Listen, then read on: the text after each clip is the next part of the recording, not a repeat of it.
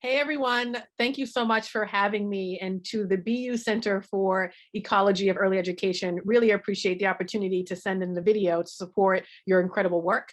I'm Andrea Campbell. I am currently the District 4 City Councilor. I'm also a candidate for mayor. I currently represent Dorchester, Mattapan, a little bit of Jamaica Plain in Rosendale, and I've been on the council for the last 6 years. I grew up in the city of Boston. I am from Roxbury in the South End. I am a product of Boston Public Schools, and I had an incredible pre-K experience. I went to 5 BPS schools. I graduated from Boston Latin School and went to Princeton University, and then UCLA for law school. Then I came all the way back to Roxbury and started my legal career at a local nonprofit representing students and parents in education cases, working on a whole host of issues, but mainly access, ensuring that residents, especially in communities of color, in poorer communities in the city of Boston, had access to an excellent education. And for me, that starts at birth. And so I continue to do work grounded in ensuring that all of our young people have access to an excellent education. This work for me, though, is also personal. The reason I joined the city council and ran for office in the first place was after losing my twin brother, Andre, who sadly died while in the custody of the Department of Correction, which oversees our prisons here in Massachusetts.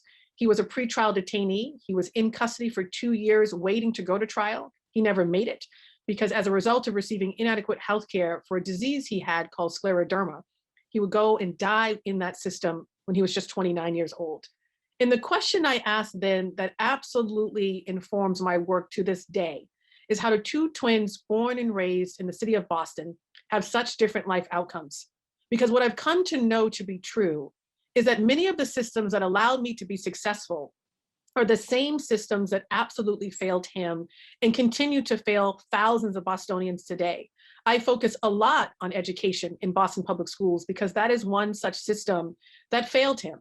And I know that currently in the city of Boston, all of our families have different experiences and opportunities afforded them going through and navigating Boston Public Schools. I'm a mother of 2 boys. I have a 1-year-old and a 3-year-old, and we live in Mattapan. And I knew even before they were born how critically important it was to have access to early ed programming that is accessible, high quality, and affordable. I have been focused on this work for a really long time, putting out plans and action plans to truly attempt to create universal pre-K in the city of Boston, which I think is absolutely possible. And why is this important? We know it's important not just for a child's development, it's also important to our economy. And I think in the midst of COVID-19, employers and many other policymakers and residents are realizing just how critically important it is that families have access to early ed. It's also important in terms of our economy to ensure that women are able to return to the workforce post-COVID, because the number of women participating in our economy and workforce has dramatically decreased because of COVID-19 and child rearing and bearing responsibilities. We can change that by ensuring that we center this issue and do the really hard work of creating universal pre-K in the city of Boston.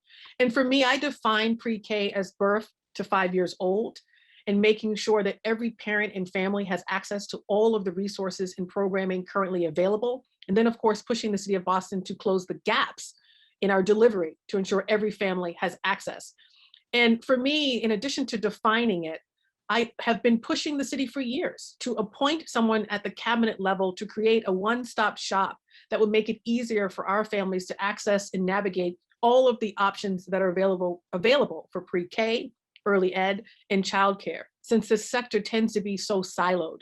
We also have the resources to create universal pre-K. The silver lining with COVID-19 is that if we are creative, if we think outside the box, folks at the state level, the federal level, and of course in the private sector and the nonprofit and philanthropic space also want to bring resources to bear to close the gaps that currently exist and want to ensure that the city of Boston truly is the leader in delivering universal pre-K from birth to 5 years old to all of our families. That is possible. I also know it is critically important that we support the family providers, those in the field who are outside of our BPS system, in making sure they have everything they need to be able to deliver high quality, affordable childcare to families in the city of Boston. This means offering technical assistance to these small business owners, offering capital and support to this industry, making sure that everything that we want them to be able to do, that we're supporting them every step of the way. And this industry is largely run by women. women of color, and immigrants. And I think that's really powerful that we recognize that and do everything in our power at the city level to support them as they run these businesses, which are critically important to our economy and to our children's development.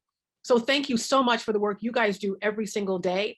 I look forward to continuing to partner with you on this critical issue in the future and in the short term, as well as the long term, and really grateful for the work you continue to do. Stay safe and healthy. There's light at the end of the tunnel in terms of getting out of this pandemic. Looking forward to connecting in person really soon. Thank you.